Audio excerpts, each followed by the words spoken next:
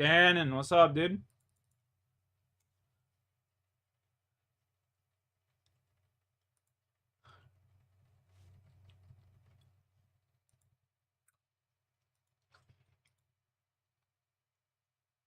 Almighty, what's up, dog?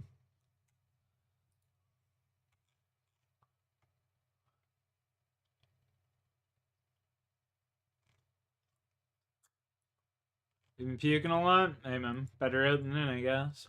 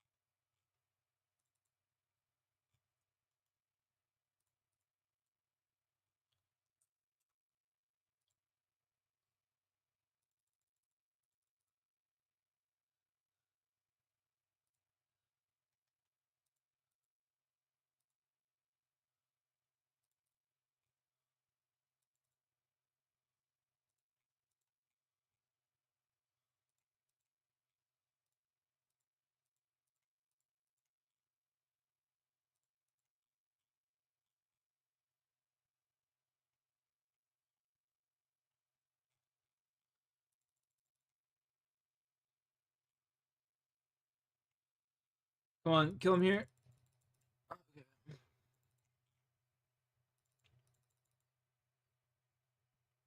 That's fine.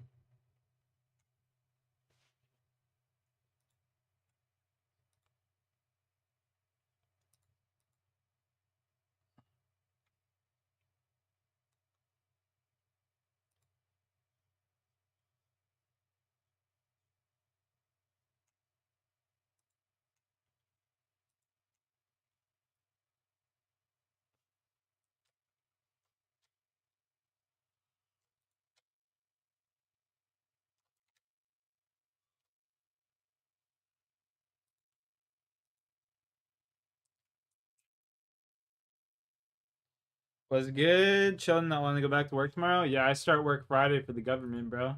There's so many safety and protocols and bullshit.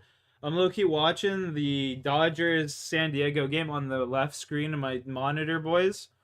So I might be zoning out, screaming at random times and shit. If you wonder why, that's why.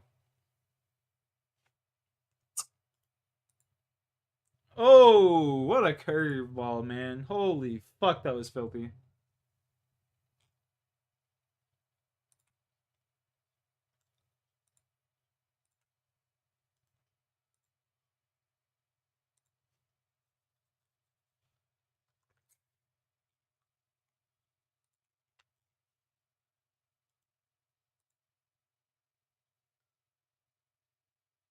Big mad at the Braves. The Braves fucking shit the bed. The Philadelphia Mets game tonight was insane, though. That was a good ball game.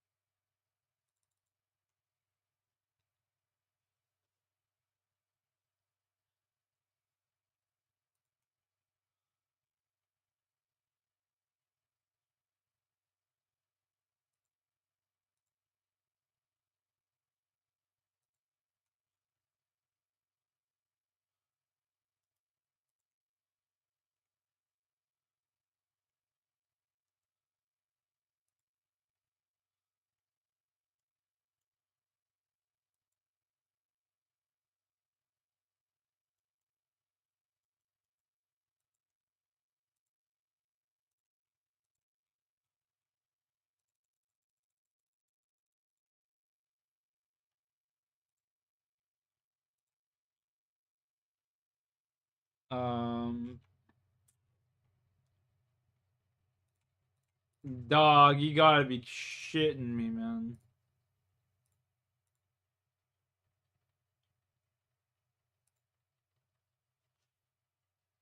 That's another homer. Let's go, San Diego.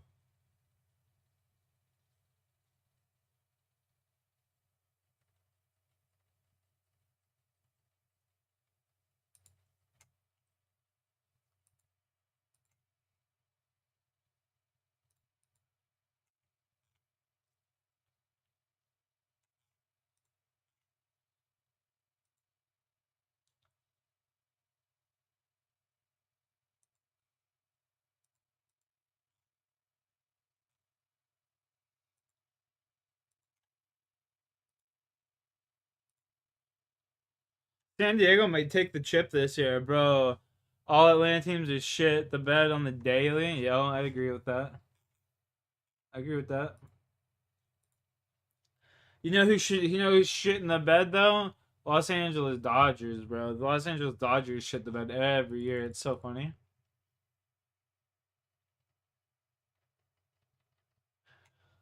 It's fucking funny, mate.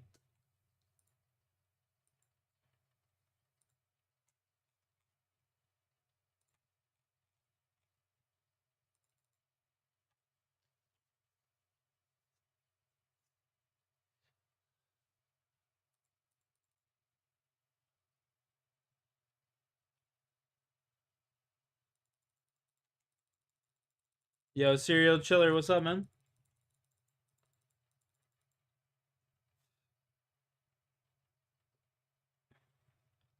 Well, low key, I'm gonna shut off the game on the side and start watching some murder mysteries or some shit because that game's already blown wide open. No point in watching that shit. We already know. I'll keep tabs on it if it starts catching back up. I mean, we'll start watching it, but.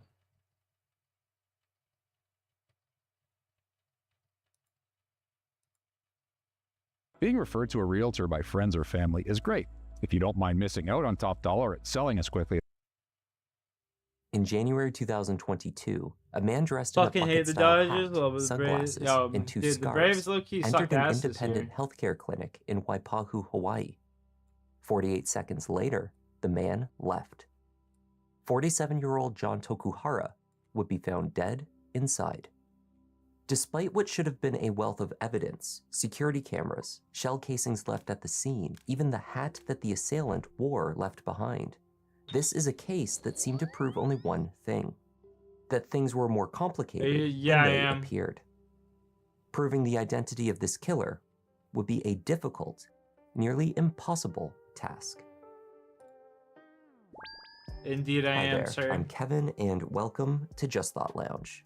Today we're taking a look at a lesser-known but fascinating case out of Hawaii. Professional athlete. This is the story of an investigation and prosecution that caught many people by surprise. It developed from a straightforward case. All signs seem to point in the same direction. It's so nice. But then as more details came to light, new evidence emerged, existing evidence was questioned, and the picture of what really happened became far less clear. Let's take a look.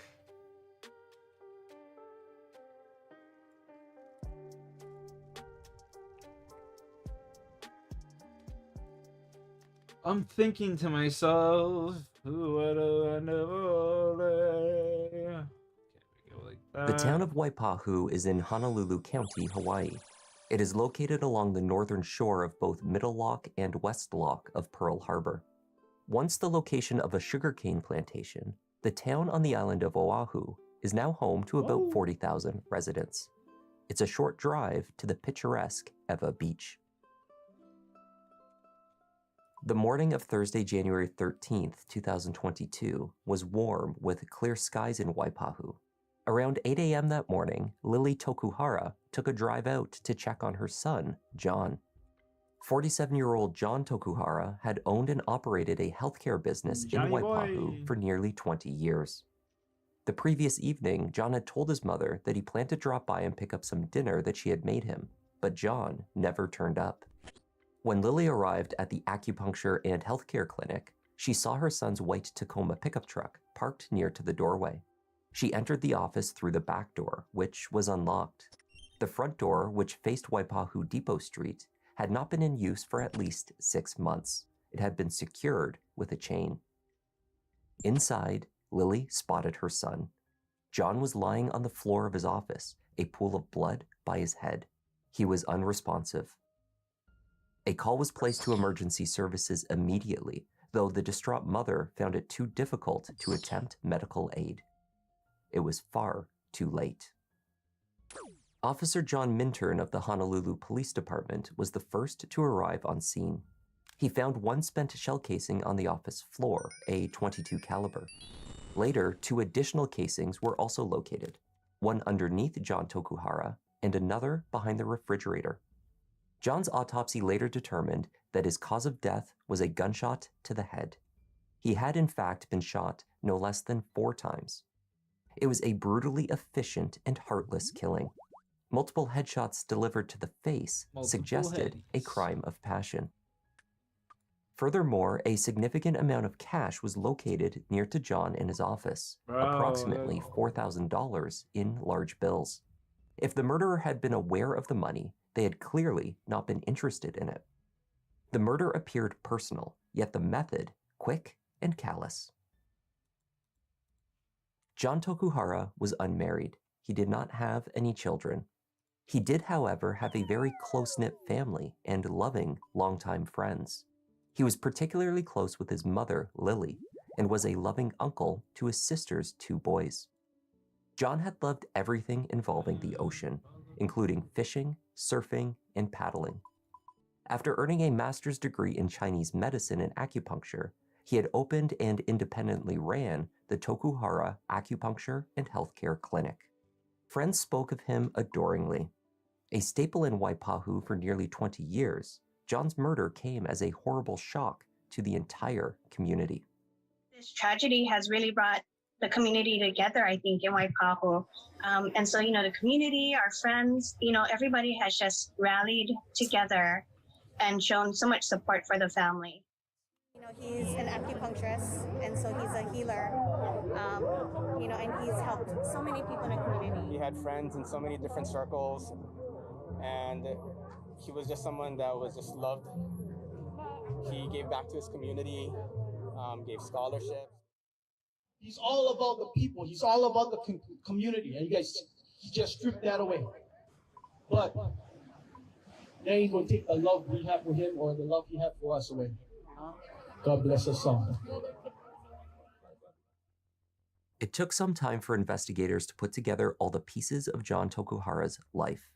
No potential suspects emerged after speaking with friends and family. John had been widely admired. No one could point to a motive. Investigators began constructing a timeline from the night before John was found, tracing his last communications and movement.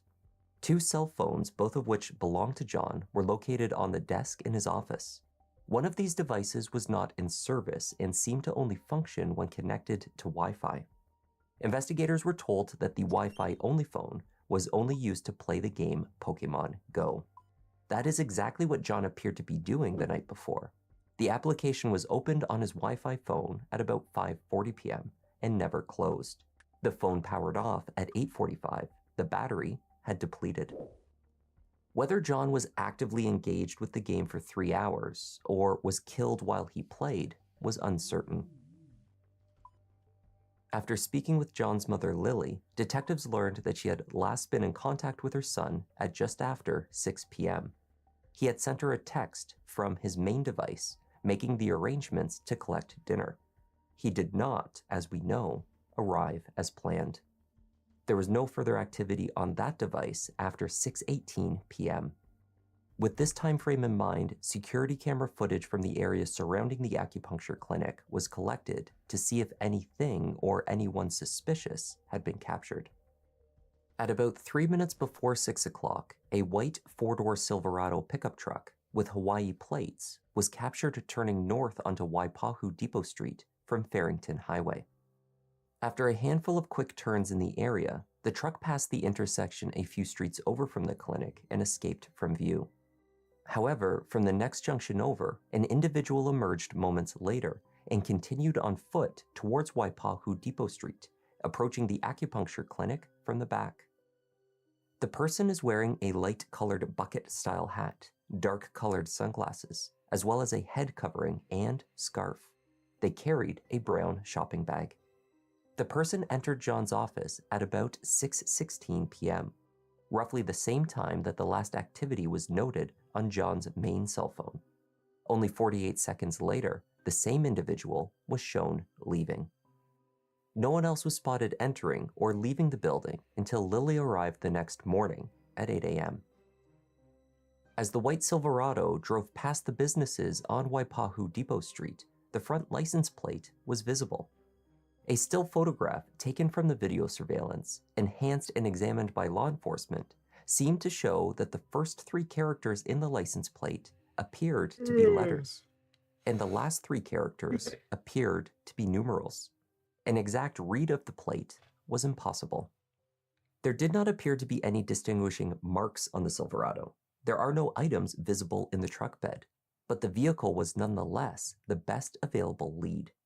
The HPD's Strategic Enforcement Detail found 53 Silverado pickup trucks registered in the state that matched the information they had.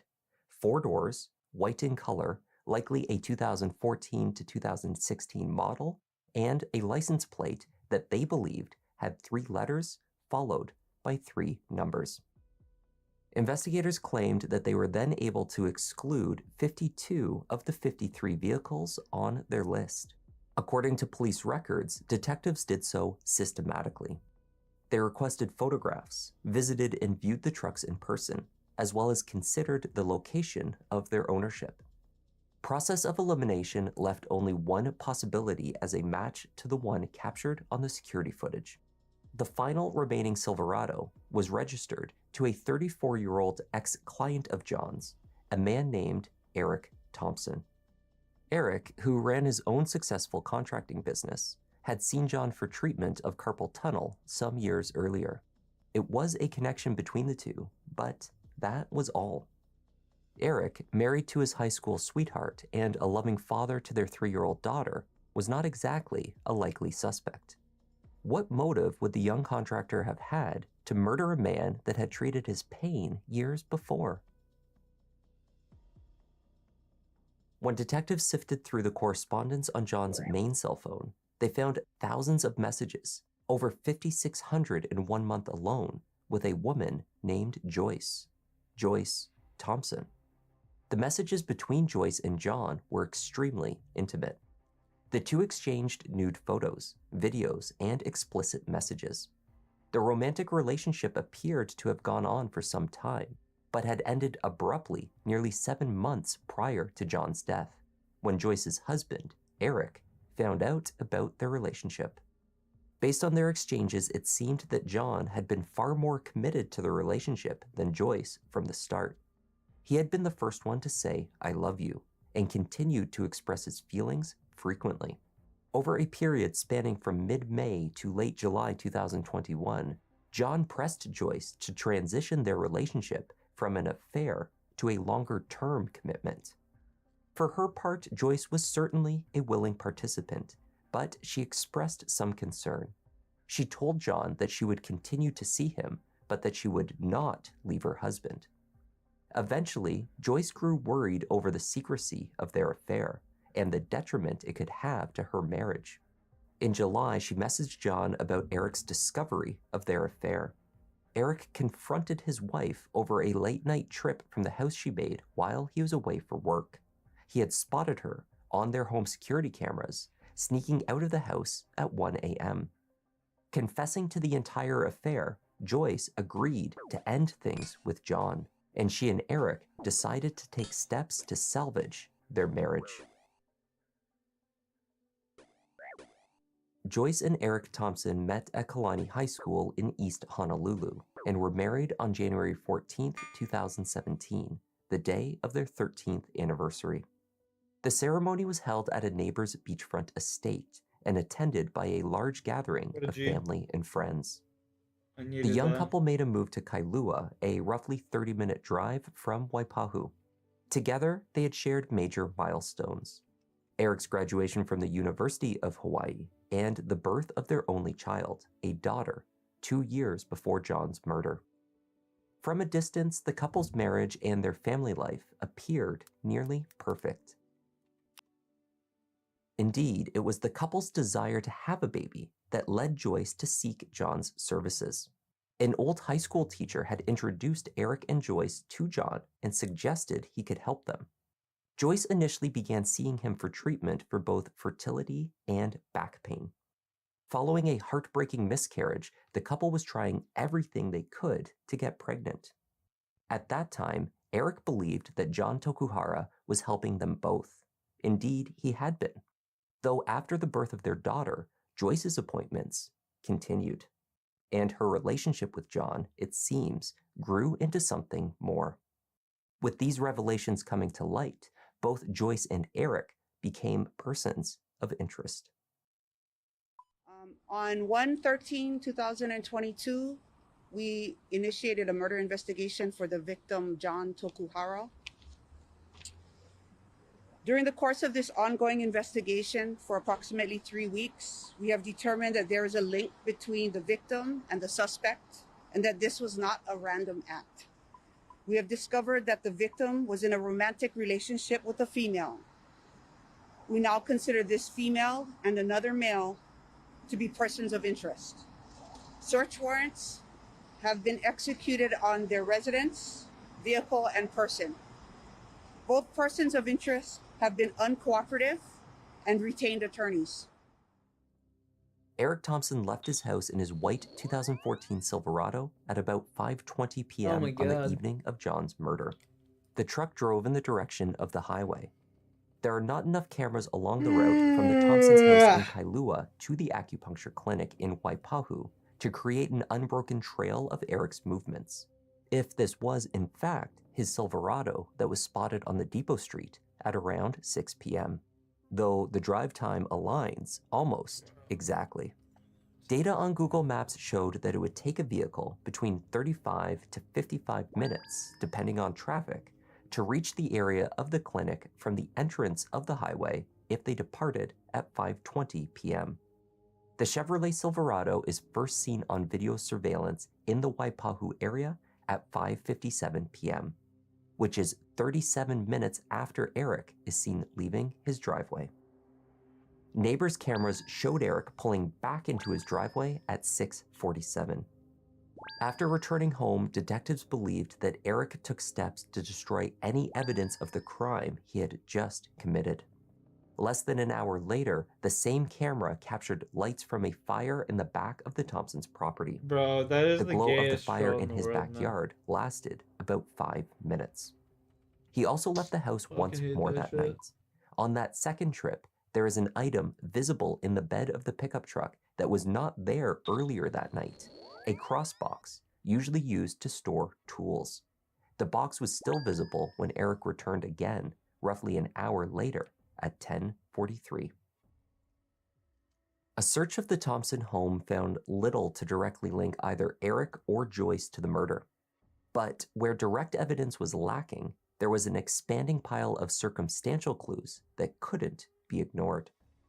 A bucket in the backyard sitting inside a wheelbarrow both showed burn marks, signs that items had recently been set aflame. In the house, the HPD collected 12 registered firearms, all belonging to Eric Thompson. They also found 2 additional guns. These were unregistered. Of Eric's collection, 2 guns matched the models that had already been determined as the likely murder weapon, .22 caliber rifles. However, testing found that none of these firearms were a match, leading to further speculation as to what could have been in the back of Eric's pickup on his second drive from the house. What they did find were over 1,000 rounds of .22 caliber bullets.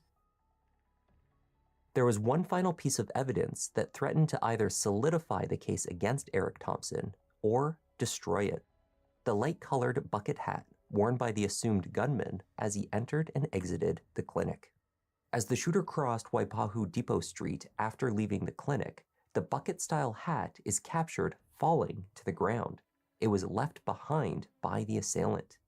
The hat sat on the street for 10 minutes or so before a pedestrian spotted it and took it with them. The pedestrian who collected the hat was eventually located. A homeless man who briefly wore the hat himself until reaching his campsite, where he hung the hat up in his tent and never wore it again. After processing the hat, technicians found fibers and a hair. These were processed alongside 2 samples swabbed from the inside of the hat on the rim and the crown. The results were not exactly damning. Eric Thompson could not be excluded as the source of the DNA. On Valentine's Day 2022, Eric Thompson was arrested and charged with second-degree murder and carrying or use of a firearm in the commission of a separate felony.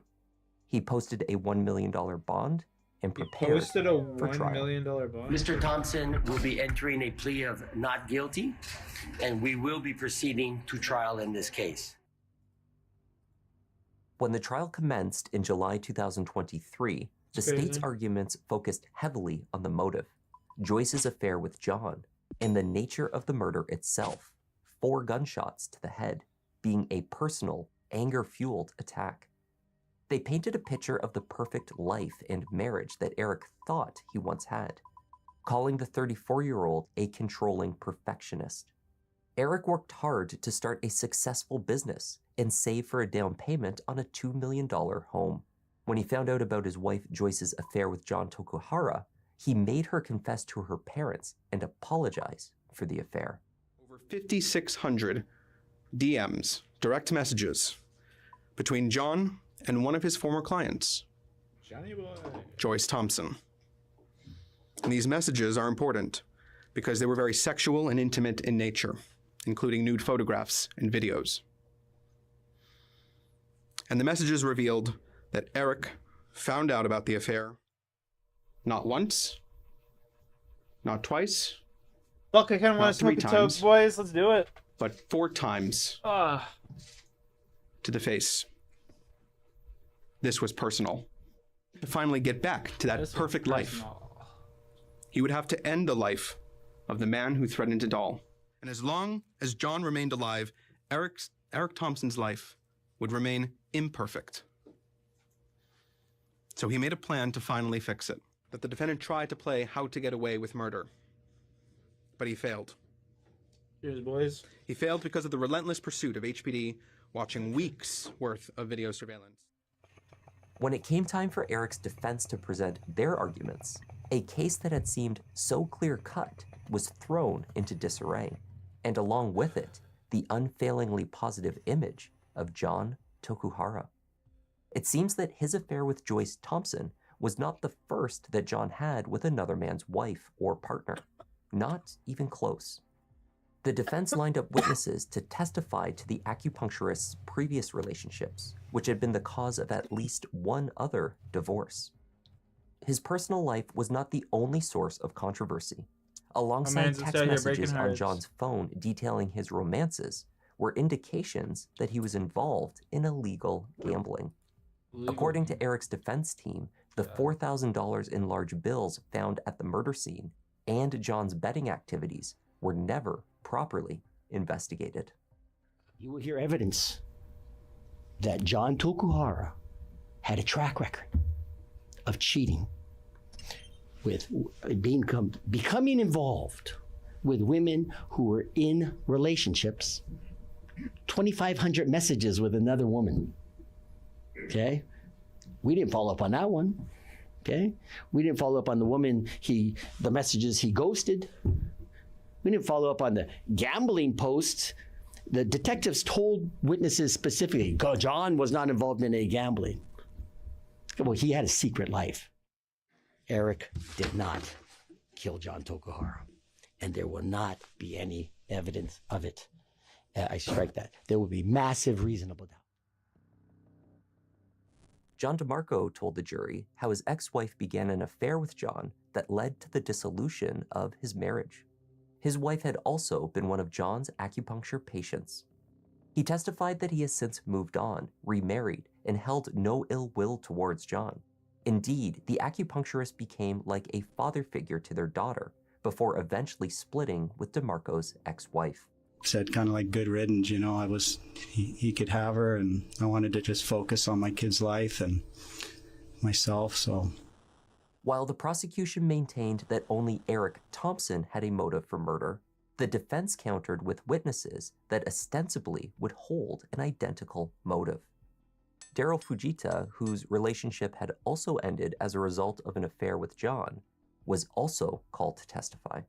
Police had explored Daryl as a person of interest, but eventually determined he had a tight alibi and there was no evidence linking him to the murder. But he did admit to deleting data from his cell phone before talking to police. He expressed his frustration to have been pulled into the investigation at all. I mean, I understand why. I think it's ridiculous, but I understand why. Yes. Well, how do you feel about it? I mean, it's not cool because literally I have nothing to do with this. Both John DeMarco and Daryl Fujita testified that they had nothing to do with the murder and that they had no reason to want John dead. Each laid the blame for their failed relationships with their ex-partners, not John. After initial bouts of hurt and anger, each placed the experience behind them and moved on. When Eric Thompson took the stand, he testified that after discovering Joyce's affair, he reacted in exactly the same manner. Eric explained how he and Joyce had approached John with their fertility issues. He had been a help to them both during that time. Eric was dumbfounded when he discovered the affair. After viewing the security tape of his wife sneaking out at night, he could find no innocent explanation. And I was kind of scratching my head, like why would, where are you going, and like, where's our daughter? I was pissed. I was really disappointed. It just didn't make sense that, like, John helped us through the pregnancy, and I just didn't understand why he would do that if he's just gonna blow it up later. The first couple of days I was thinking, call him, chew him out, but it came to the realization that, I don't think I could have said anything to make things better, and I don't think I could get him to say sorry or feel bad. I mean, what's the point, I think he obviously didn't care about what I thought or my family. So, I just realized that there's just no point. Joyce agreed to stop seeing John. He worked on trying to forgive her, and over the following months, he said, they were almost back to the same happy place they had been prior to the affair. I think she was truly sorry for it. She made the effort. She never talked to John again. I came to the realization that, the problem was with me and Joyce. It wasn't, she cut him off, and he was a non-factor after that. I realized I was kind of neglecting her. Sometimes she, I think I was taking her for granted sometimes. Eric denied that the Silverado captured driving around.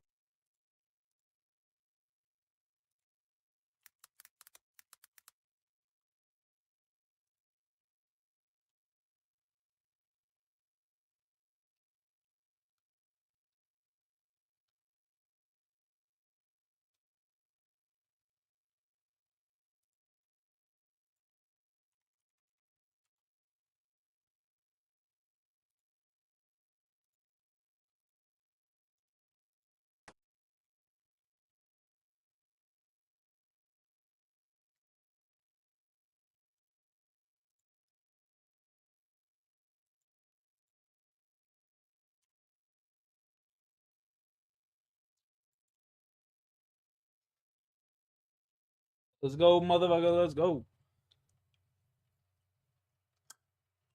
Waipahu that night was his, and he flatly denied killing John Tokuhara. On the right side, you heard the testimony in this case that's a screenshot from a surveillance video of a white truck in Waipahu, correct? Correct. Is that your truck? No. Okay. Period. Is that your license plate? Well, were you in any time in Waipahu on January 12th, 2022? No.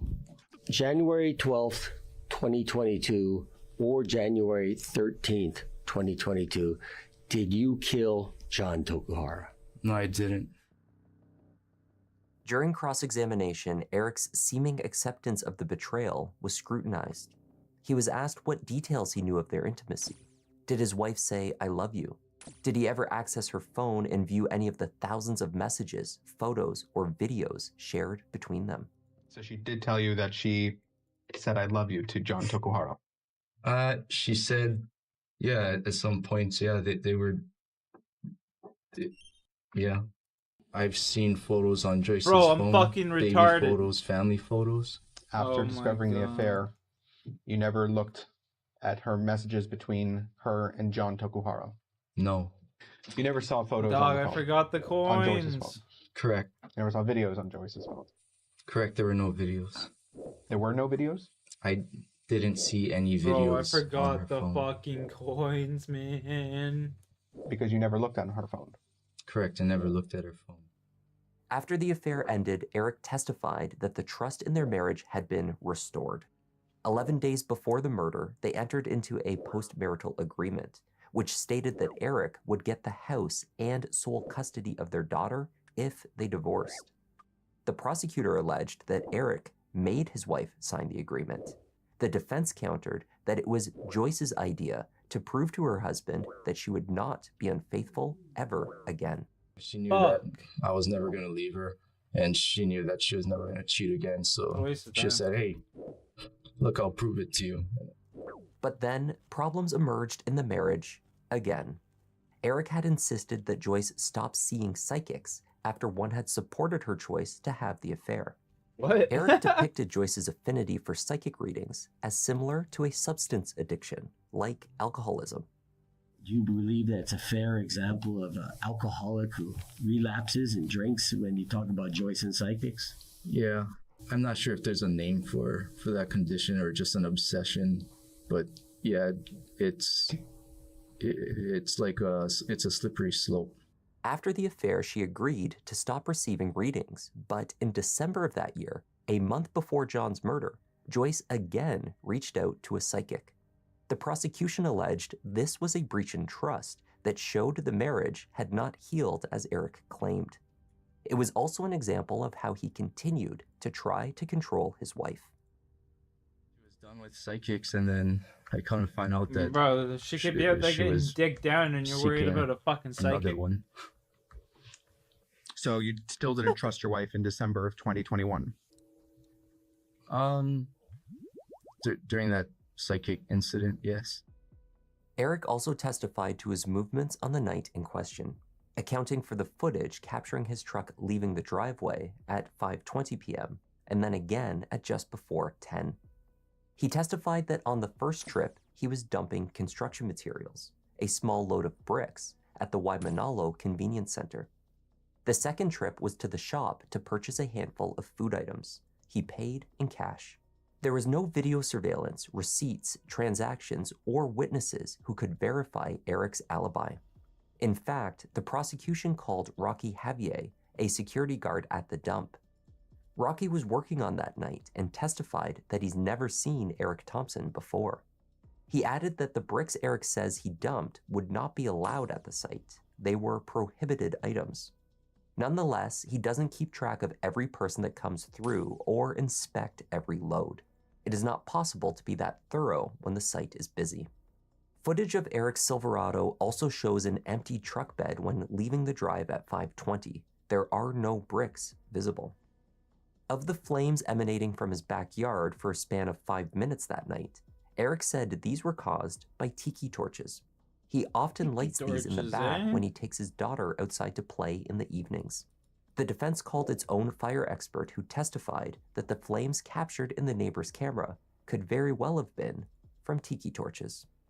Eric explained that he used the bucket and wheelbarrow to melt metal for work projects.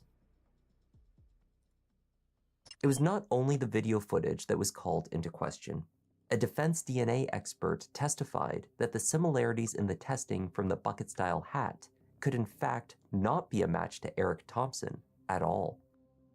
With the gaps in the footage of the Silverado and the weakness of the DNA testing, Eric's attorney was able to argue that the state had failed to place him at the crime scene.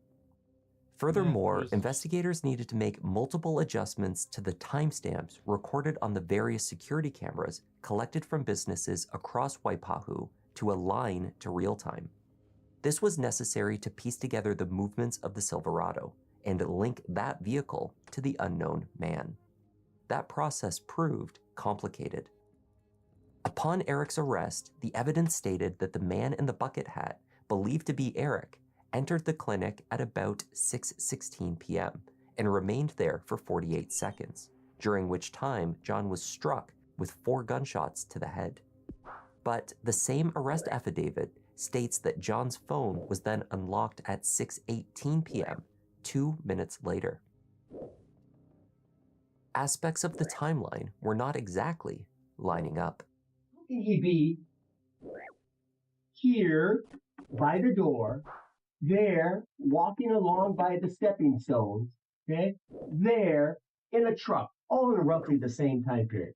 They needed to come up here and explain it all to you. They have not done so. The cell phone data also showed that John's game of Pokemon Go appeared to be active for hours after the time of death theorized by the state. They posited that the application closed when the phone ran out of battery. But if it was instead turned off, then John must have still been alive after 8 p.m. That it got turned off. It's possible. What do you mean it's possible? Why is it not possible? I just said it's possible. Joyce Thompson, protected by spousal privilege, did not testify. While the defense spoke about what they called John Tokuhara's secret life, prosecutors spoke about Eric's deceitfulness and lies. He was dishonest about the status of his relationship, and he was dishonest about his whereabouts on January 12th, 2022. Because the truth is that he still harbored ill intent towards John Tokuhara. The jury deliberated for 3 full days, after which they returned deadlocked.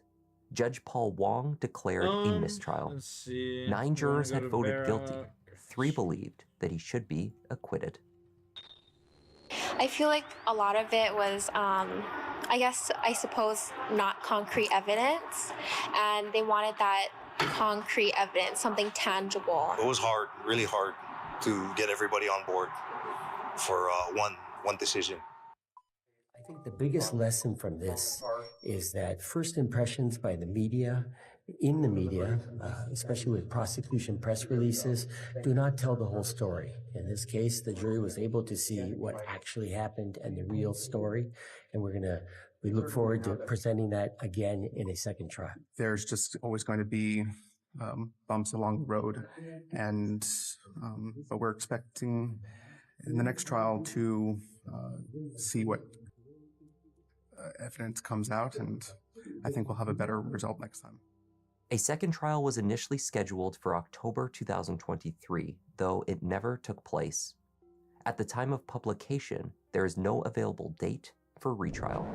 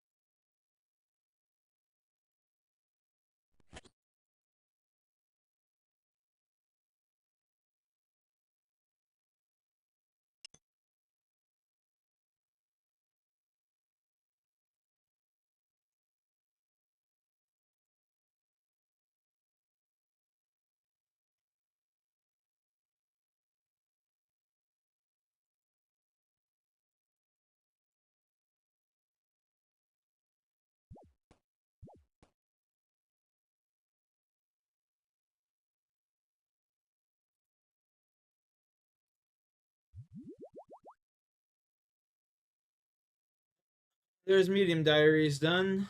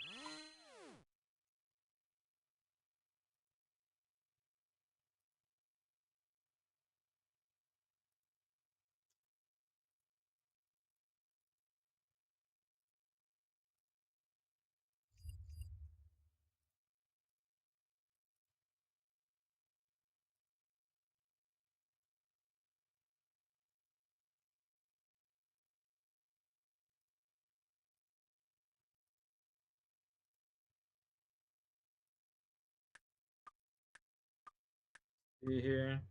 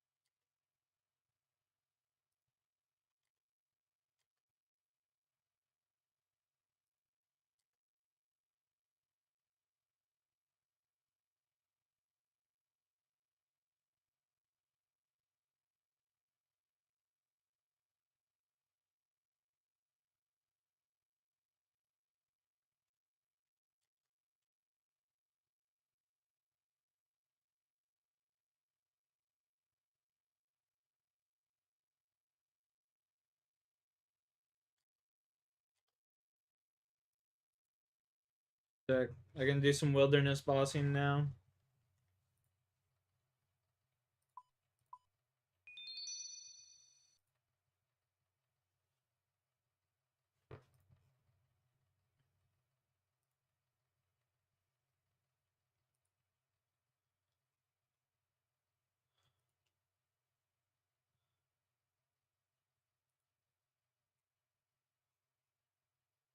Well, we could do the Desert Hard Diaries.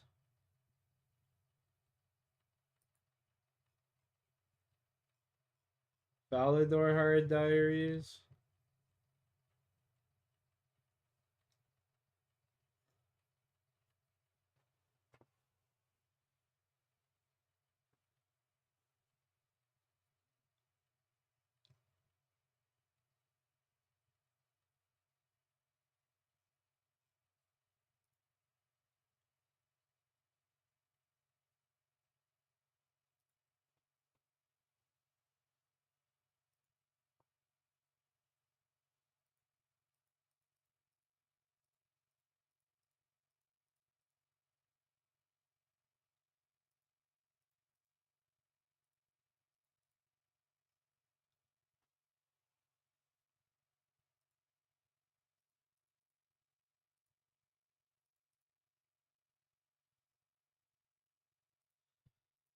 Shit, son.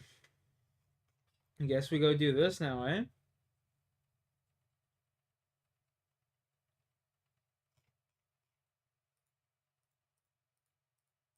Let's praise the Lord.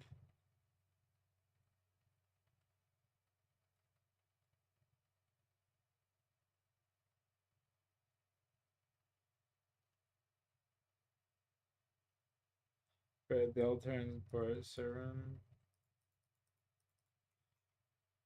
Let's go over here real quick.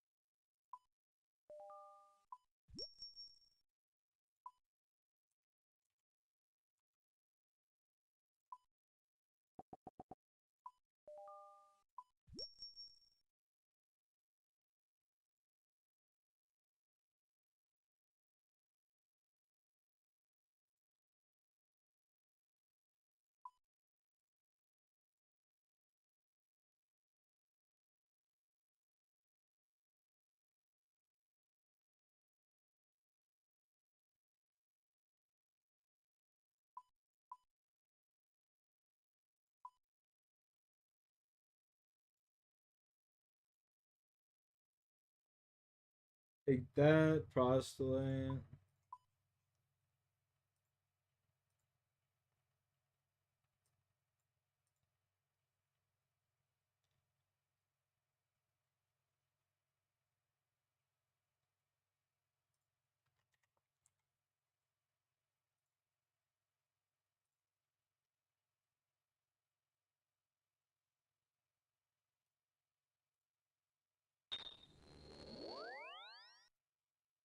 What I think I'm gonna do as well is go back to Vorkath, get me like 25 mil, and I'm gonna dump 25 mil into construction so I can fucking just start getting my house upgraded to what I need it to be, man. So, yeah. I think that's what we work on next, boys. Definitely going to work on getting that up. A way I can just put on other worlds, you know? It's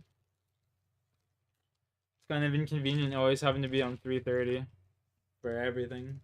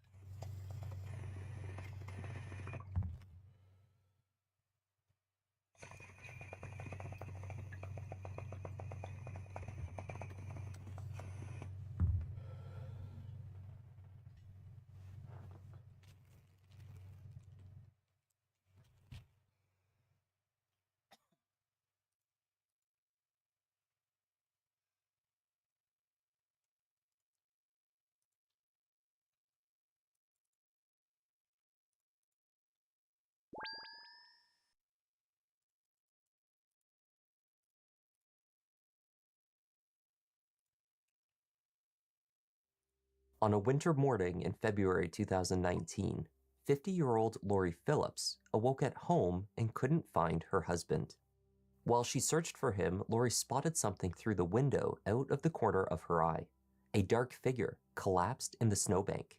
It was her husband. She rushed outside, but it was too late to help him. Mark Phillips was frozen to the ground. He had been there all night, but he did not die of hypothermia. Mark had severe injuries to his head and chest. "I just wish I knew he was out there," Lori said. Hi there, welcome to Just Thought Lounge. I'm Kevin. Today's case is another head-scratcher. Strange circumstances, details that cannot be verified, and a wife with a motive. Let's take a look.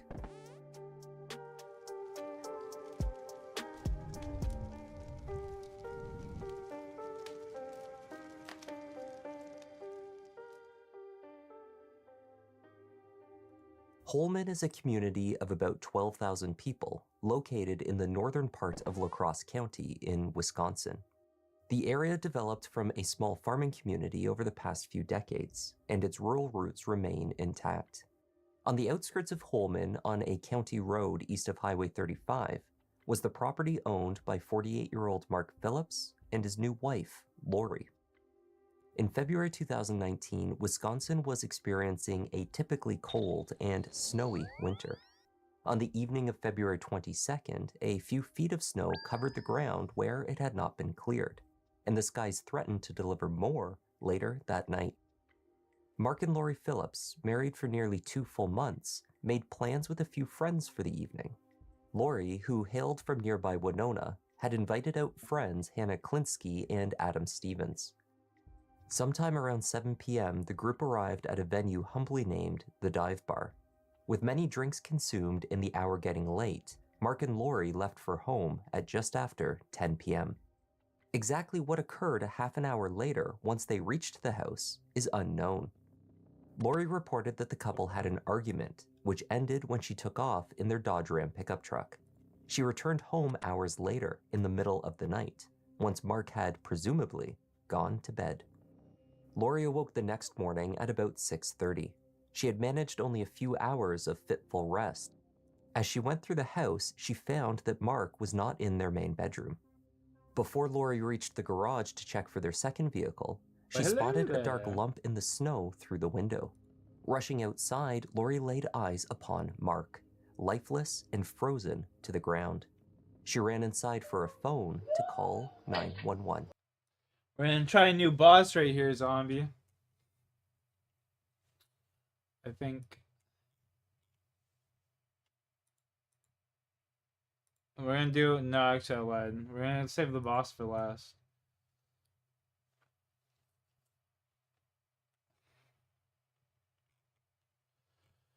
We'll save the boss for last.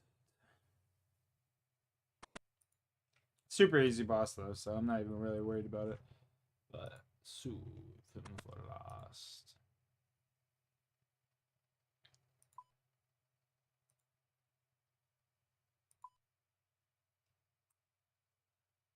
How you doing, zombie?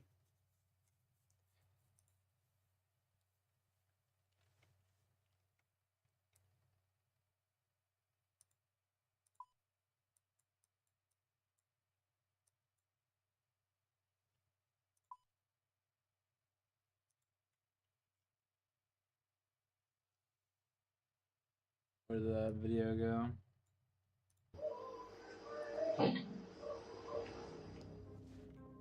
Okay, what's going on? My husband is out of the kidney. He's frozen. Oh my God. Is it he's frozen? I don't know. He's not moving. Is he breathing? No, I don't think so. Okay, stand in front of me. Oh my God. What did happen? Ma'am, okay, tell me exactly what happened. I don't know. I went to the bedroom this morning to the okay, what's going on right now? He's still okay. Is he awake? No. Is he breathing? No, he's not. Okay, we have help on the way. Oh my God, I just been going on here. Me lay him flat on his back. We're gonna try to help him, okay? I'm sure he's been here for a long time. There's still all over him. Are you able to get him on his back and we'll try to do chest compression? No, he's too heavy. Okay. When was the last time you saw him? Last night at like 11 o'clock. Okay. Yes, sir. We gotta do a few more things here, but we're gonna go fight the mole for sure. He was chasing you down in the truck? We'll go get a couple KC. Maybe do honestly just like one KC. Okay. I didn't know he was out here. It was twilight when responding officer Valencia received the call out to the Phillips property.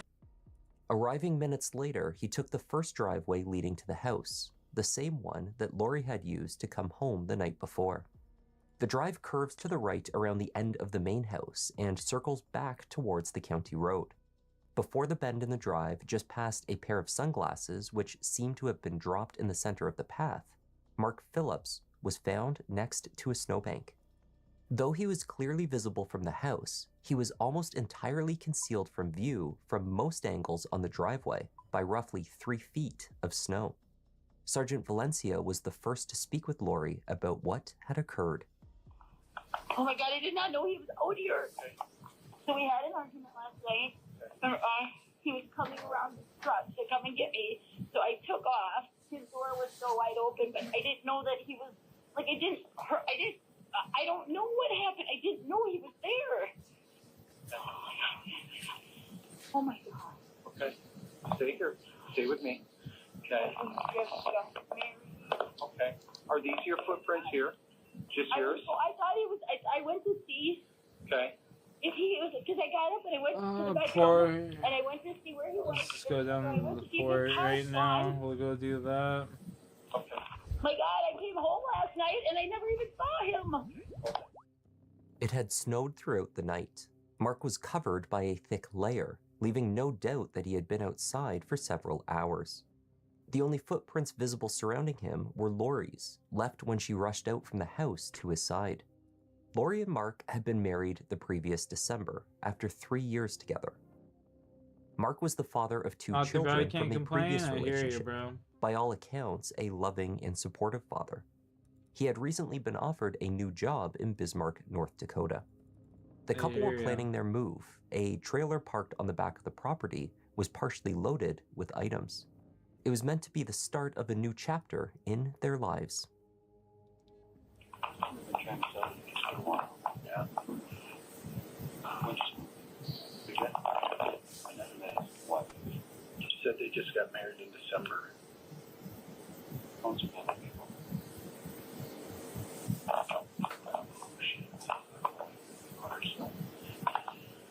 Alright, well, try to figure this out. She said they got into something.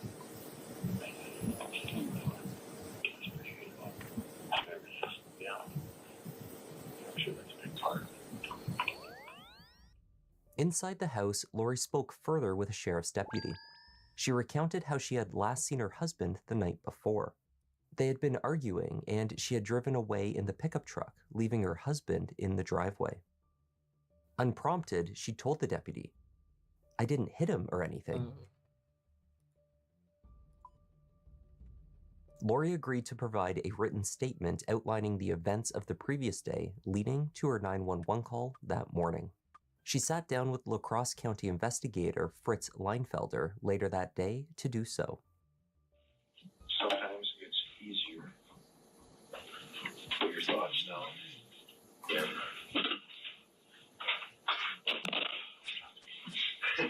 In a written form. Obviously, it'll get you going on this. I have to get Mark's glasses on. Lori was not under arrest. She did not request an attorney. She was likewise unaware that while she sat in the station, the Dodge Ram pickup that she had been driving the night before was hauled away from the house on a flatbed truck and taken to a police impound lot. Investigators were also keen to take a look at the home security camera footage. Lori helpfully explained to Leinfelder how to access the security system remotely. She provided the login and passwords and explained how the system worked. Camera system. Is your email, do you, that goes by email system?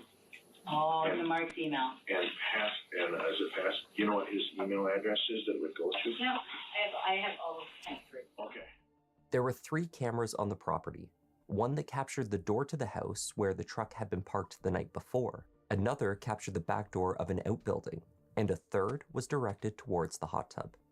Only the first camera was likely to be of interest to investigators, though they could not be certain of anything just yet. While the camera's footage was accessed and a search warrant was sought for the truck, Lori diligently recorded the events from the night before. Just basically starting from when you left last night, you went to dinner, everything you told me. You went to Sloopy's, had wings, pizza, blah, blah, blah, went to the dive for the drawing. When things got a little, when the argument may have started, just in that kind of detail. Whatever you think is important to put into that, to tell the story of what happened last night with the domestic situation. After dinner, the couple arrived with friends Hannah and Adam at the dive bar. There, they ran into another acquaintance named Scott Cundy. What the last name? Cundy? We ran into Scott Cundy. When we were leaving, Scott Cundy asked us to go to a car that just went to San Jose to Terry LaFleur and his wife. This chance encounter with Scott and Terry was bad news, Lori said, because Mark had been drinking. According to what Lori told the detective, after a few drinks, her husband had a tendency to become extremely and unreasonably jealous. Any link to her past was often not received well by her husband, especially when he was intoxicated. Terry LaFleur, who arrived at the bar with his wife, was an old acquaintance of hers. Terry had once bartended at a business owned by Lori's former in-laws. She, too, had worked there for a time. Lori did not have a romantic past with Terry, but this did not matter to her husband, she said, who became angry as they tried to leave the bar. Got into the truck and we left. Mark accused Terry of coming to the bar to see me. He accused me of sleeping with him. Asked. He's never brought Terry's name up before in his life. Mark pulled me into the middle of the truck and was holding me down. He had me in a chokehold. After getting away from Mark, I went inside to be with friends that you were still at. Lori further alleged that Mark punched the window of the truck in an angry rage, his fist landing directly next to her head. When the encounter ended, Lori retreated back into the bar. She was left with visible marks on her neck. Detective Leinfelder did not ask to see the bruise that Lori claimed to have on her chest. None of her alleged injuries were photographed.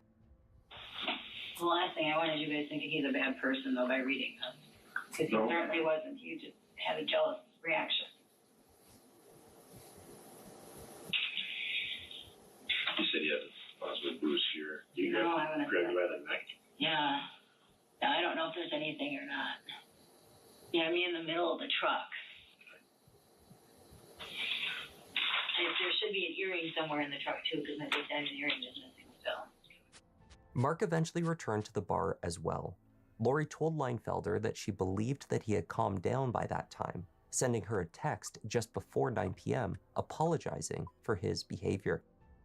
Lori told her friends that everything was fine. They could leave her to go home. An hour later, Lori drove them both home from the bar. My friends were going to leave, and I told them I'd be fine, and we were going, and went back by Mark. Everything was okay. He texted me at 8:52. Almost time for the new boss, bud. I'm so sorry. I love you. Shortly after that, we left to go Let's go. home. He brought up Terry again and got really mad. We argued all the way home. When we got home, I told him I was leaving. He said he wanted to get his things out of the truck. He was on the passenger side with the door open when he got mad and started running over to my door. Running. Yeah, he ran over to, yeah. Running over to my door. When he got to my door, I took off. His door was still open, meaning the passenger door that he was getting his stuff out. I turned right out of the driveway and it closed. I drove to a subdivision down the street and pulled over to see if Mark was chasing me. Mark Phillips' autopsy revealed blunt force injuries to his left torso, upper limbs, and to his head. He had multiple cracked ribs and a significant trauma to the left side of his head. Hypothermia was ruled out as the cause of death. If an innocent stumble to the ground had caused the head injury, it would not have accounted for the rest of the trauma. Dr. Ross Reichard, the forensic pathologist, concluded that Mark's injuries were likely caused by an impact with the ground with severe force, or he had been crushed by an object on that side of his body. The injuries were also consistent with Mark having fallen from a significant height, though that scenario, of course, did not fit the circumstances. This left a few options to consider. Investigators sorting through all scenarios concluded that Mark Phillips had most likely been crushed by a heavy object. They believed that object was the Dodge Ram pickup, driven by his wife. Investigators with the Wisconsin Crime Laboratory conducted a forensic examination of the truck.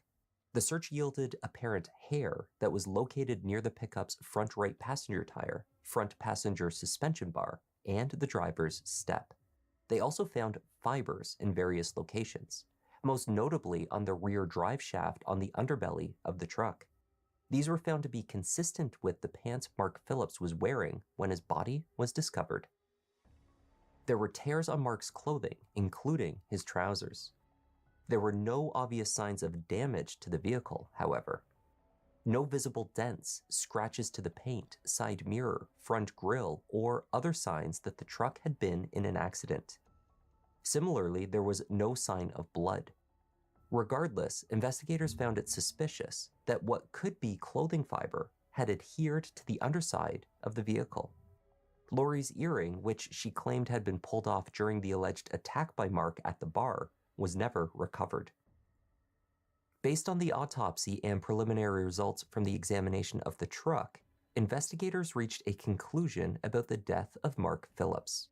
They theorized that, in the midst of a heated argument, Lori had indeed taken off down the driveway in the large vehicle, but not when her husband was safely to the side of the truck.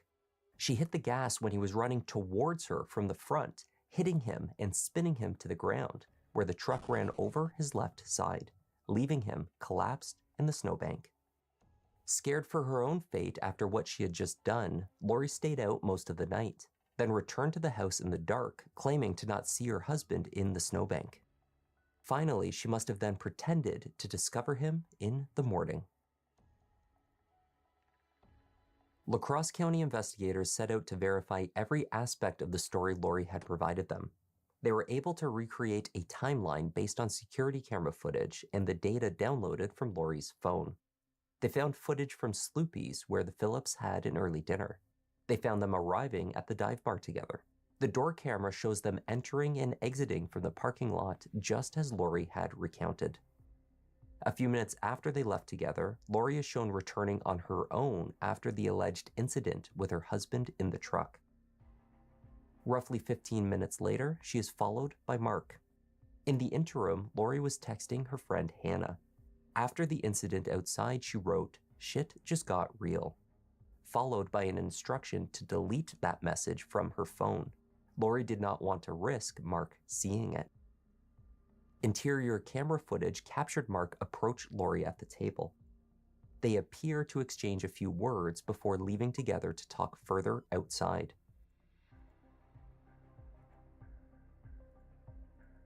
When they return once again, Mark is seen using exaggerated gestures, banging on the table, and raising his arms into the air. The argument is continuing. Several minutes later, separated in the bar, Mark texted an apology. Lori's friends left for home.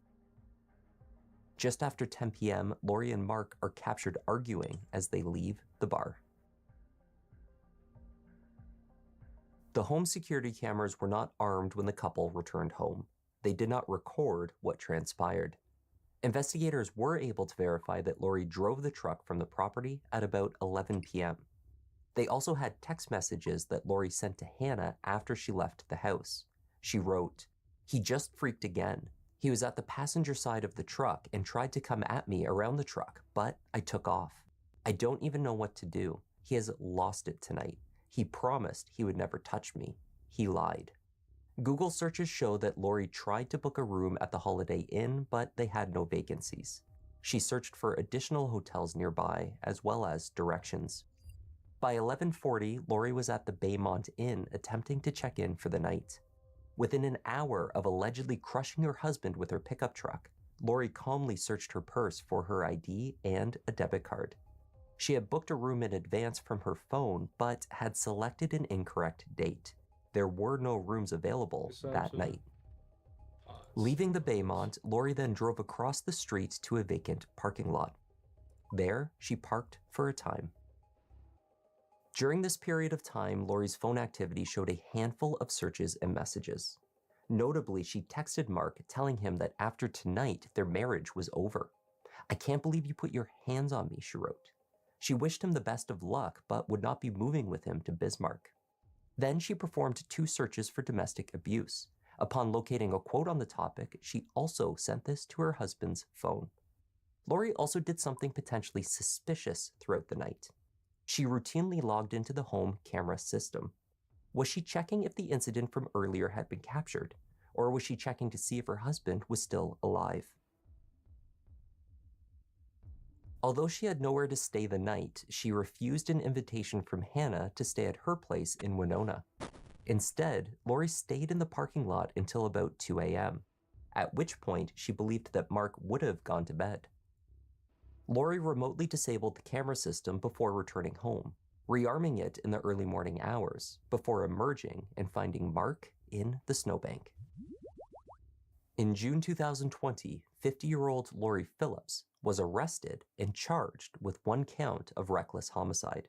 Her case went to trial in November 2023.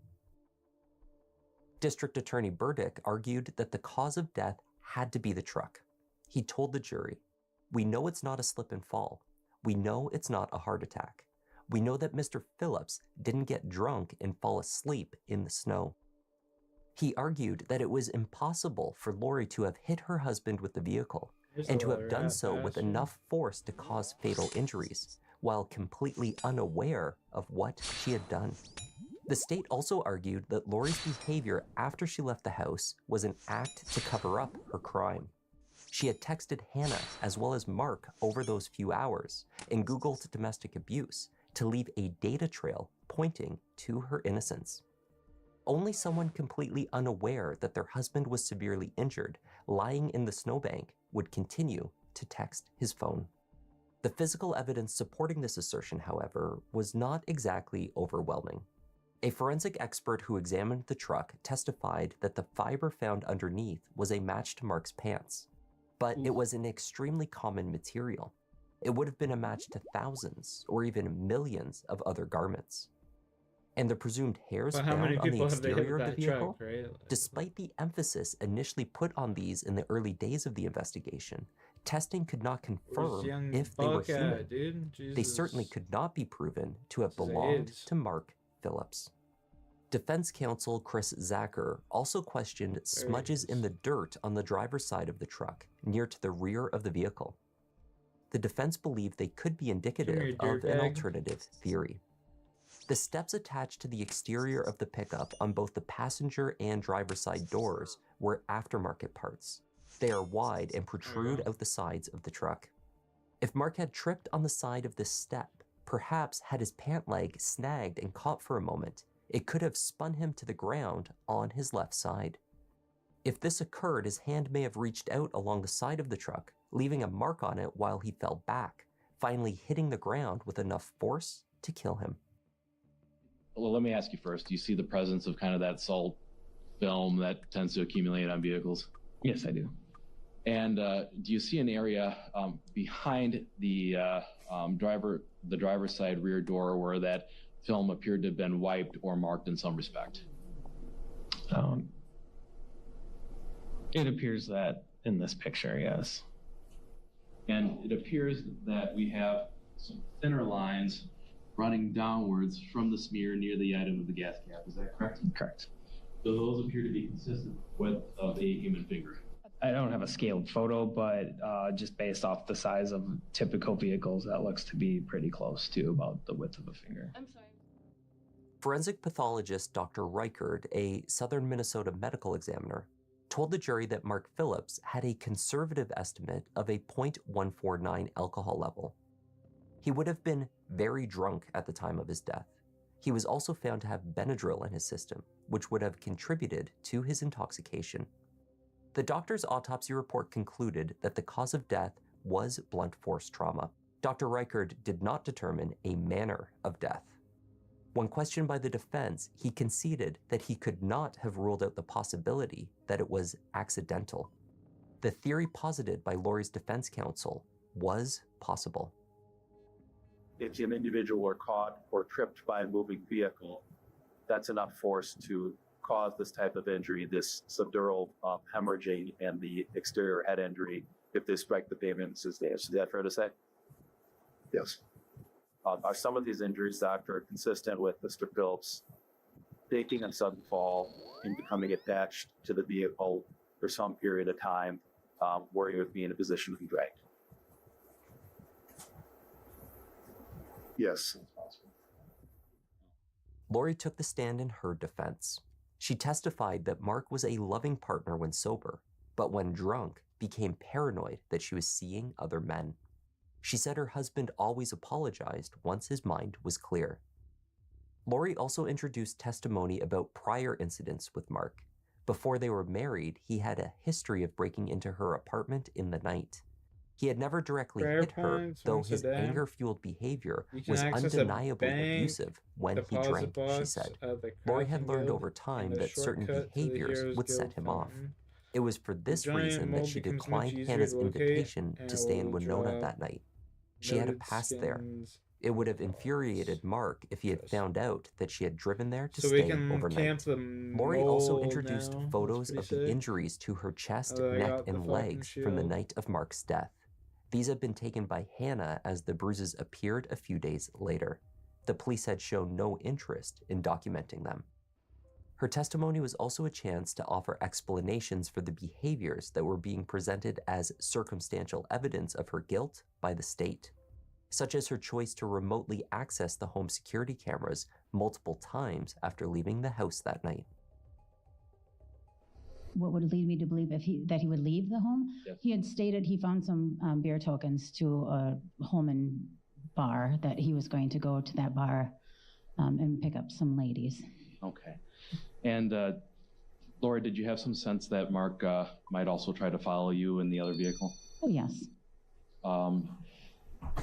Which cameras in particular did you check? All of them. Why were you checking all of them, Lori?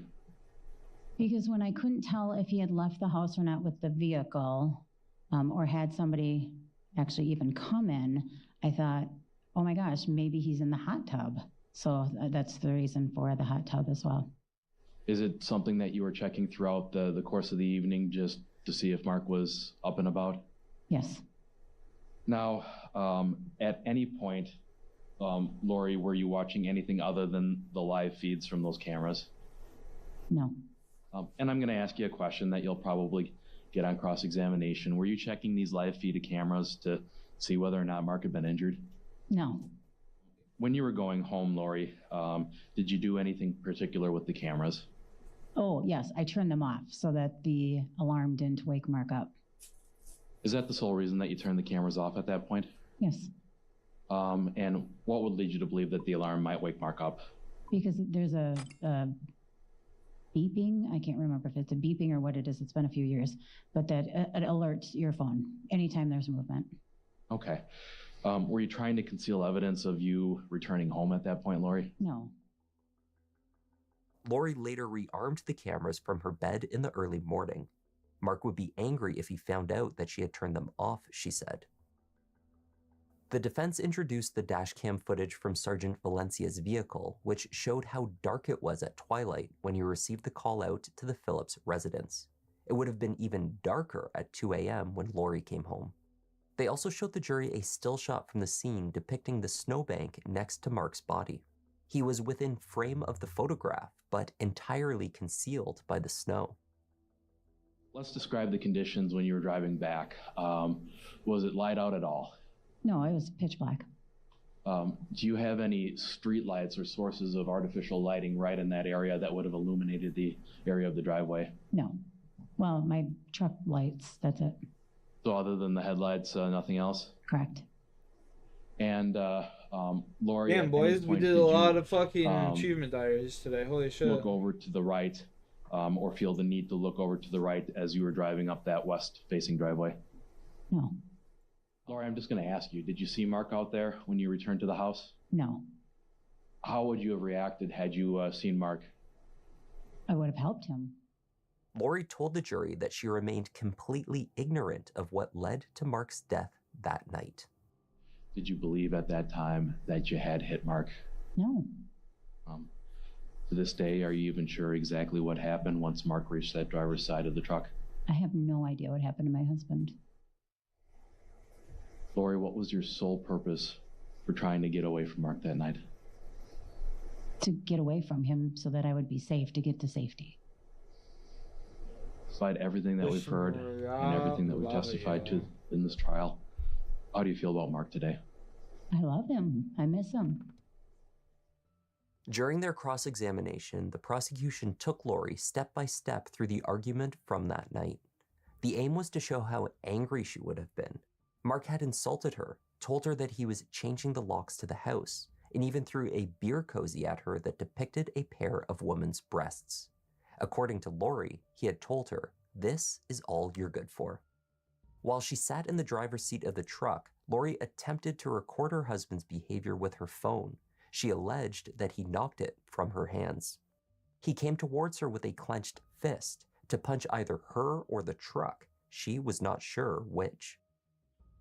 In that moment is when he walks, goes around that truck, when something clicks, that is the angriest you've ever seen him.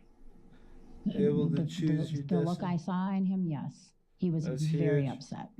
Okay. So we're talking about a period of time when he goes from the passenger seat to your driver's side window. Correct. How many seconds is that? 2 to 3. I don't know. It's just running around the truck. Delay. So what is the look? I guess the describe the revenue look. cave. Describe the worst you've ever seen him. Is he yelling? Is he fuming? Is he? No, so when I had my phone and then when he jumped to grab it and it fell, as soon as it fell, I was like, oh no. I look at him and he had this just evil look. And that's just when he just tore off. And I was like, oh my God. So it was a look. It was an absolute look, yes. Was he screaming then? No, not that I recall. I just remember him just immediately coming at me or coming for me. But it was that look that he gave you was the true worst you've ever seen him. It's the scariest I've ever seen my husband, correct. How does he walk around the truck? He didn't walk around the truck, he ran around the truck. He ran around the truck. And Miss Phillips, that's when you took off. After he cleared the front and he was by my door, yes. Okay. The question facing the jury was whether Lori's actions had been reasonable or reckless. If she drove off in the truck in the heat of an argument, then she was motivated by anger and not by a need to seek safety. The prosecution argued that her actions after the fact were inconsistent with her narrative. She texted her already enraged husband that the marriage was over only 5 minutes after leaving the house. By her own account, she was not certain at that time if he may have been trying to follow her. Were these the actions of a woman terrified and seeking safety? Lori declined an invitation to stay in Winona in favor of sneaking back into the house that night, where she thought, but obviously did not know, that What's her the abuser story? was sleeping. This one? On like the screen that you listen to? Goes over him with this her truck. chick hit her She husband causes basically his with her death. truck, and That she's is trying to unreasonable deny. and it is substantial. It is pretty, unreasonable because it's not based pretty on her evident she need did to it. flee, as she indicated. It is based on her anger. It is based on her being in the heat of the moment. It is based, and perhaps very probably, based on Mr. Phillips and the way he acted that night, that he mistreated her in some capacity is going to be is not in dispute. Maybe she knew she killed him right then and there. Maybe she just thought she hit him, but she knew. She knew right then and there. And everything that happens after that is a narrative that is inconsistent with the evidence that is presented. There's a corroborated history of physical abuse. There's Mark's behavior in the bar, captured by witnesses and videos. There's his blood alcohol concentration of 149. Dr. Reichard's agreement that this accident could have happened in a way consistent with Ms. Phillips's innocence. Mark's perfect concealment behind that snowbank. Lori's video reaction and 911 call. The corroboration of all of Lori's movements after the fact and her cooperation with law enforcement in providing her phone and camera login information. And that fight or flight instinct that each and every one of us can understand. And you know what? I am a true believer in our system of justice here in the United States. And that I believe that a group of 12 people selected randomly out of the voting rolls, that's how we found you're all good citizens, can come to a better conclusion than any one of us could individually. And I respect the fact that in the course of your deliberations, the 12 of you might be able to take some of these cards and put them back up on the deck. But before you reach the result that the state is asking for, they've all got to be there. And they're a long ways away from that. The jury deliberated for 3.5 hours. When they returned, they were unanimous. State of Wisconsin versus Lori Phillips, La Crosse County case number 20 CF 364. Verdict. We, the jury, find the defendant, Lori Phillips, not guilty. Signed by the juror foreperson, dated this 10th day of November 2023. Mark's family members were hurt and disappointed by the jury's decision. According to his brother Todd, the Mark Phillips that Lori depicted at trial was not the one that they knew. Mark's ex-wife Nancy has reportedly claimed his behavior, as described by Lori, was not at all characteristic of her ex-husband. Todd has also claimed that Lori's actions were part of a pattern. I need to sell He one more of asserted these that she had fucking once things. tried to Come on. run over her ex-husband with a vehicle as well. He also questioned the holes in her story that were not properly scrutinized at trial. For instance, how was she unable to find an available room to stay that night in an area that has over 30 hotels? Todd further criticized the state prosecution for failing to question Lori on the abuse allegations, which were corroborated that night by contemporaneous texts, but no direct witnesses. I'm cognizant of the fact that there are two families here that are grieving in their own ways over what happened, and realistically nobody wins, but I hope that what the community takes away from this is what Judge Levine said at the end, that this is a time hopefully to heal. That was the strange case of Lori and Mark Phillips. Thank you so much for joining me. I'm Kevin. This is Just 153 Thought Lounge, plus kudos. and I'll see you in the next one. 153 kudos? How do I see my kudos? I don't even know. When the scene plays, tell me who the scream saves. I can hear the cries repeat. Gotta take my time, cause these crimes get deep, but these stories can't hide. Let me find my seat. Kevin, go ahead and settle in. Gotta be selective, doing all the research, keeping it objective. Always been effective. Can say he got a In neck. early July 2018, a late-night house fire in the town of Dundas, Ontario, claimed the lives of two retirees. It's my town, boys. No cap.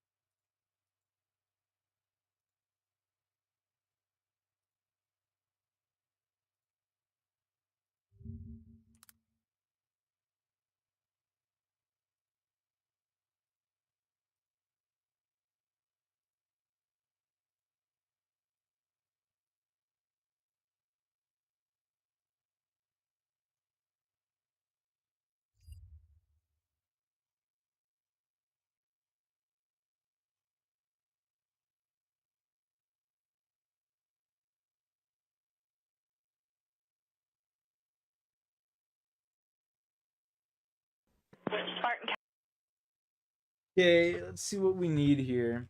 What do we need to do?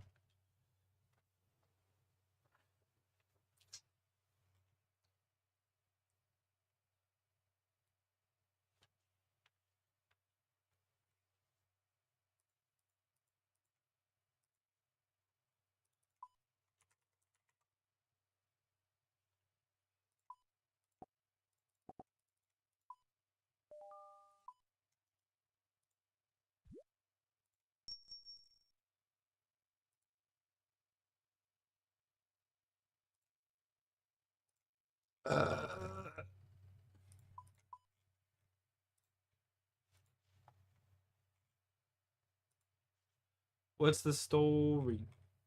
Yo, Super, what are you up to, my man?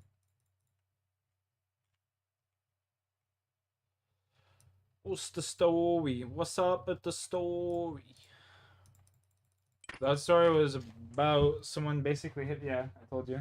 A broad hit her husband with their car, essentially.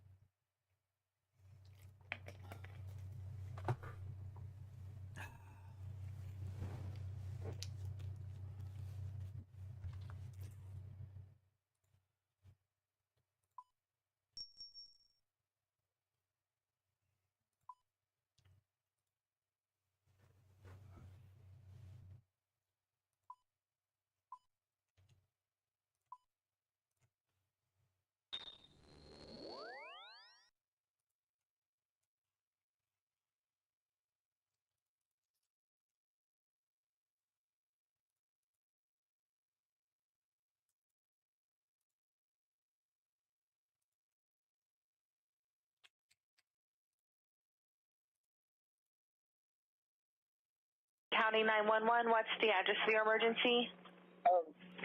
David Madden took his girlfriend against her will from my house and we're headed to Alden.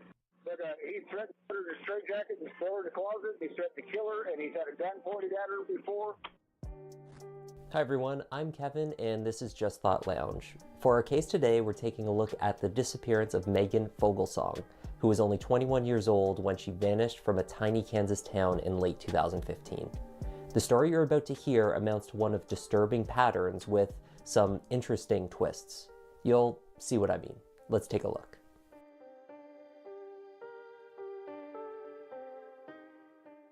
What do we know about the young woman that Megan Fogelsong was back in 2015? Megan had grown up from the age of 9 with her dad and her stepmom Dawn in Oneida, a pretty small town in Knox County, known as the biggest little city in Illinois. She had spent her early years in Kansas. After her parents' divorce, she moved with her father to Illinois, where his side of the family lived. There, Megan attended Rova High School. She graduated in 2012. She loved to play softball, she was a pitcher, and she excelled at the sport. Megan was a very happy and fun-loving person. She has been frequently described as spontaneous, a fact that may have impeded concerns for her whereabouts in the initial days of her disappearance. But it was this pluckiness, her energy and positivity, that many friends and family would later recall as genuine about her. After graduation, Megan decided to seek out her biological mother, Pam Lewis, in an attempt to reconnect. Pam still lived in central Kansas, where Megan had spent her first years. It was to an even smaller town, that of Alden, Kansas, that Megan relocated. Alden is in Rice County. The last census records its population at a whopping 148. It was the type of place where residents knew each other by first name and generally knew each other's business. One of these residents was a man named David Madden. A former Marine, David was introduced to Megan via her mother Pam. Although David was not only 14 years older than Megan and an ex-boyfriend of her mother's, they nonetheless started a romantic relationship. Friends of Megan's both in Kansas and Illinois disapproved, and they also became progressively more concerned as the relationship went on. But Megan seemed to have fallen in love with him. By 2007, years before Megan and David met, he already had 3 convictions for battery under his belt. He could also claim 1 arrest, though later released, for murder. Court filings show that in January 2003, while a Marine stationed at Camp Lejeune, a training base in North Carolina, David and a couple of friends were out drinking. The official narrative is that David left his 2 friends at a pub called Stalker's Bar while they continued on to Orleans House and continued drinking. Here David's pals met with a third, heavily intoxicated man, and they decide they should rob him. Driving out 8 to 10 miles on the highway with their victim in the truck, they then pull over, force him out, and beat him to death with a baseball bat. The next morning, David notices blood splattered on his friend's jeans and asks him what they had gotten up to the night before. "We killed someone," was the response. David was arrested alongside his Marine buddies for the murder, but was later released after telling his version of the story. Rumors in Alden, however, said that David would boast about how he had gotten away with murder, that a friend of his was serving the time. This information was relayed to his loving girlfriend Megan. Whether to impress or terrify her, it's unknown. In 2014, Megan was living with David in Alden. There are indications she was developing some personal problems. Friends admitted she started using methamphetamine while living there. She had held a job at the local cafe briefly, but left this employment abruptly. We don't know what exactly the catalyst was for this exit, but fingers were pointing at David, a controlling boyfriend who was making Megan's life difficult. Their tumultuous on and off relationship was beginning to turn scary. In late 2014, Megan attempted to leave David again. Spartan County 911, what's the address for your emergency? I got David Madden who took his girlfriend against her will from my house and we're headed to Alden. But he threatened to put her in a straitjacket and throw her in the closet. He threatened to kill her, and he's had a gun pointed at her before. It's December 2014, 1 year before Megan would vanish. Police record that David had taken Megan before against her will. Witnesses reported that he had placed her in a straight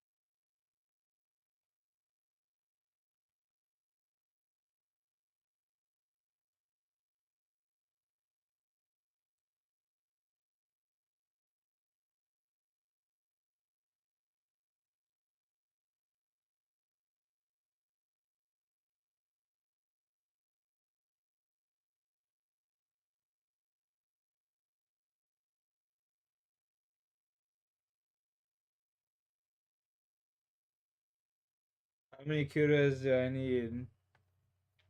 153. So 2 and then 13. We need 15. 15 kudos.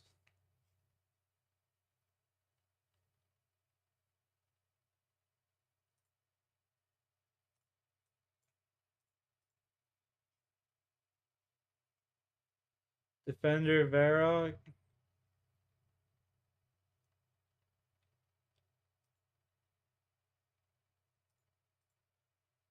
Curse Empty Lord.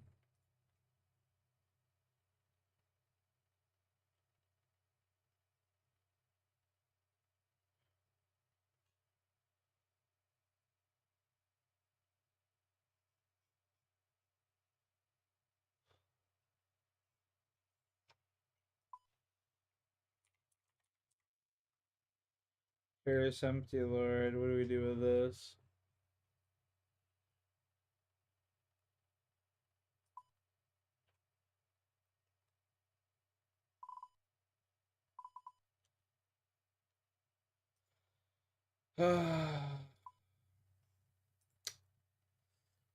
We'll see, we'll see. Jacket at gunpoint and held her at his home in Alden. But when local police catch up with the couple at the house, Megan claims that she had not been taken. When questioned, she denied that anything was wrong at all. The police were left with little to go on, and so the incident was considered resolved at that point. It would later be revealed that the police knew much more at that time than the incident alone lets on. Concerned for her safety while far away in Oneida, Megan's stepmother Dawn called in multiple welfare checks to the home. Documents would reveal 20 distinct visits to David's home for various reasons, including the checks on Megan's safety. So in late 2014, after Kelly thankfully placed the 911 call, Megan makes the trip back to Illinois. Greeted by her father, sister, and stepmom, the family is relieved and Megan is home safe. She remains there for about 6 months, and she sends a thank you message to the 911 caller, her friend Kelly. Thank you for being there for me. I'm so sorry that I did not see that you truly cared and was only doing what a good friend would do. She thanks him for being a supportive friend and looking out for her. I hope this is a lifelong lasting friendship. Thank you again, and I am so sorry. Never again. November 25th, 2015, the day before Thanksgiving. David had been in jail for driving on a suspended license and was due to be released that day. Megan was vocal about her intentions to never return to him, but she had given in repeatedly in the past. In one instance, he had turned up at her home in Illinois in the middle of the night and somehow had prompted her back to Kansas. But this time, she was holding firm. Until she wasn't. Back in Alden, less than a week later, David and Megan were arguing. He informed the police that he caught Megan stealing from him. Not much is done about this complaint, but not to worry, because on December 1st, David clarifies. It wasn't Megan that stole from him after all. No need to look into it. He and Megan had just had an argument and she left. Days go by with no communication from Megan to either friends or family. Free of a regular work schedule and spontaneous by nature, it's tricky to predict Megan's movement with any certainty most days. So it takes a period of silence on social media, like her Facebook page, before anyone begins to panic. But when she missed Christmas, then she missed her birthday, and no communication to her family back in Oneida? With limited options to search for her from so far away, Dawn managed to access Megan's Facebook page. Here she finds a message that Megan had sent to a friend stating that she was back in Alden and back at her boyfriend's house. It was her last activity online on the 30th of November. Dawn began to message Megan's friends to see if they could provide any further information. One girl said that there was a rumor in Alden that she was marked off by her boyfriend, which I guess means murdered. There were rumors of the Mexican mafia was after her, and another one that she became involved with the wrong people, I suppose like the mafia. One of the people that Dawn attempted to message was David. He doesn't seem interested in playing the role of the distressed boyfriend, however.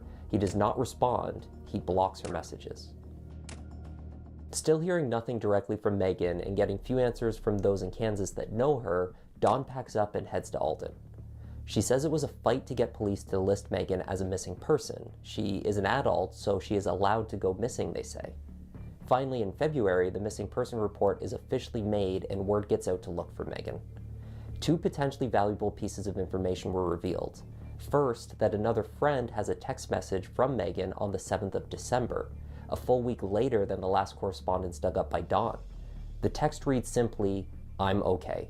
There's no follow-up from Megan. Even the friend admits at that point that it was unlikely to have been sent by Megan. The second is a sighting of Megan in a liquor store at Christmas time. It's credible because the woman that saw Megan is the mother of a friend buddy, who can knows her you personally. un-aggro me, The witness please? unfortunately conceded, however, that upon reflection, it was almost certainly Thanksgiving holiday time, not Christmas, when she saw Megan at the store. Her cell phone proved to be of little value because it is a prepaid device, so the police said they cannot track its activity. In early 2016, a deputy with the Rice County Sheriff's Department, Deputy Brian Treestor, confirmed that foul play was suspected in Megan's disappearance. Treestor said that he could not give specific details because it could interfere with both this case and another that was still under investigation. It's just an ongoing case that we are still investigating, and so right now we don't believe it's in the best interest for that case to really go to the public. Treestor said the case would be turned over to the Kansas Bureau of Investigation, the KBI. David Madden was named as a person of interest, but he is not named a suspect. His home is not searched at this time either. Despite not being formally named as a suspect, it seems that David was nonetheless extremely paranoid about police picking him up for questioning or perhaps even arrested for Megan's disappearance. A report from 2016 detailing an encounter with David Madden and Officer Bailey, released years later, does a remarkable job foreshadowing what was to come. Bailey says, "As I parked my patrol unit, I observed Madden enter the front door of his residence briefly, then stepped back out onto the porch. While Madden was standing on the porch, I observed the outline of a pistol concealed under his shirt." Madden claimed that he always carries the pistol on his person. "It is my belief that he stepped into the residence in order to arm himself, not knowing if I was going to try to arrest him or not." It should be noted that Madden is a person of interest in the disappearance of Megan Fogelsong. It is my concern Madden is paranoid and possibly preparing himself for a confrontation with law enforcement if he is charged in the disappearance. Madden could see any routine traffic stop as an attempt to make an arrest on the disappearance. Please use extreme caution if you have any contact with Madden.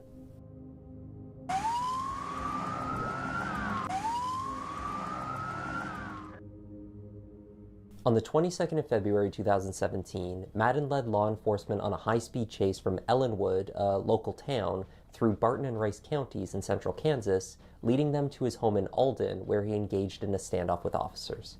Speeds reached up to 90 miles per hour as Ellenwood police officers pursued him. He was eventually apprehended, and at this time at least, no one was hurt. Following this incident, David was arrested. He was charged with assault of a law enforcement officer after threatening to drive head-on into a police officer, as well as counts of driving with a suspended license as a habitual offender, and felony flee and elude. Smart man. Meanwhile, a KBI agent investigating Megan's missing persons case received information that David was suspected to be involved with explosives or explosive materials. The agent then notified the ATF. So the day following his high-speed chase, a search warrant issued on his Alden home is executed, finally. It's February 2017, over a year has passed from Megan's last confirmed message. In addition to the Alden residence, which is owned by his mother, his father Thomas's home in nearby Raymond is also searched. Although David doesn't live there, Thomas agrees to the search. Neighbors report that the 65-year-old was a kind man who was aware that his son was not a good person, so he cooperates with the search. Day one of the search recovers 2 wooden crates located in an outbuilding on the property, which contained 24 separate metal pipe bombs, each wrapped with metal baling wire and some wrapped further with black electrical tape. On day 2, they find 2 types of hobby fuse, 12 containers of smokeless powders, and 2 live military ordnance projectiles. In addition, 2 more wooden crates, one containing 15 and the other containing 9 pipe bombs. The residence was sealed off for a time, but when they returned again on March 9th to have a look around, they find an AK-47 machine gun and a standard Fusey Corporation railroad torpedo, along with a .45 caliber semi-automatic pistol. It appeared as though David was stockpiling for something, perhaps another standoff. David was interviewed in Rice County Jail, where he admitted to making and lighting off pipe bombs and said he had been doing this since he was a kid. The arrest warrant then states that David admitted to finding the machine gun in Fallujah, Iraq, when he was there fighting for the United States Marine Corps, and then he brought it back with him to the United States. According to Dawn Fogelsong, this is complete nonsense. She says he didn't bring it back from Iraq. He never left the country. Regardless, he was indicted on unlawful possession of a firearm for owning the machine gun. The searches revealed nothing of value for the missing person investigation. The Fogelsong family held out hope of progress while expressing frustration at the lack of results from law enforcement. And years went by.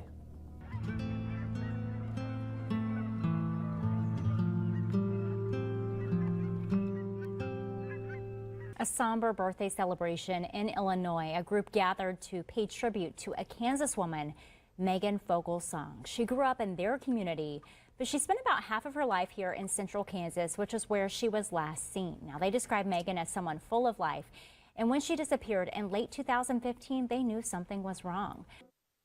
Family telling me that they've been very frustrated by the case because different agencies working. They have the county and also the state kind of working together on this investigation, and so different agents through time, just not a whole lot of answers. Spring of 2019, David Madden, now 37 years old, found himself out of prison and driving around the area of Sterling, which is about 8 miles from Alton. For once, he wasn't driving without a license. His girlfriend was behind the wheel, and her child sat in the back seat. He did have an outstanding warrant for his arrest. For reasons that remain unclear, David was not indicted for the firearms charge related to the AK-47 found in the 2017 search until mid-April 2019. Hey, I think you got an officer down just Do you know where he's at? Where's he at? Yes, right across from Sonic. Okay. I heard 2 or 3 shots. Got it. At about 5 p.m. on the 29th of April, Undersheriff Chad Murphy attempted to stop David's car near the Sonic restaurant just north of the Sterling city limits. Within about 30 seconds of initiating the car stop, Murphy radioed to dispatch that he had been shot. Chad Murphy was shot 4 times, once in the neck. Emergency personnel responded and he was flown to a Wichita hospital. David and his girlfriend, however, they drove off. The first stop was David's house in Alden. There he collected guns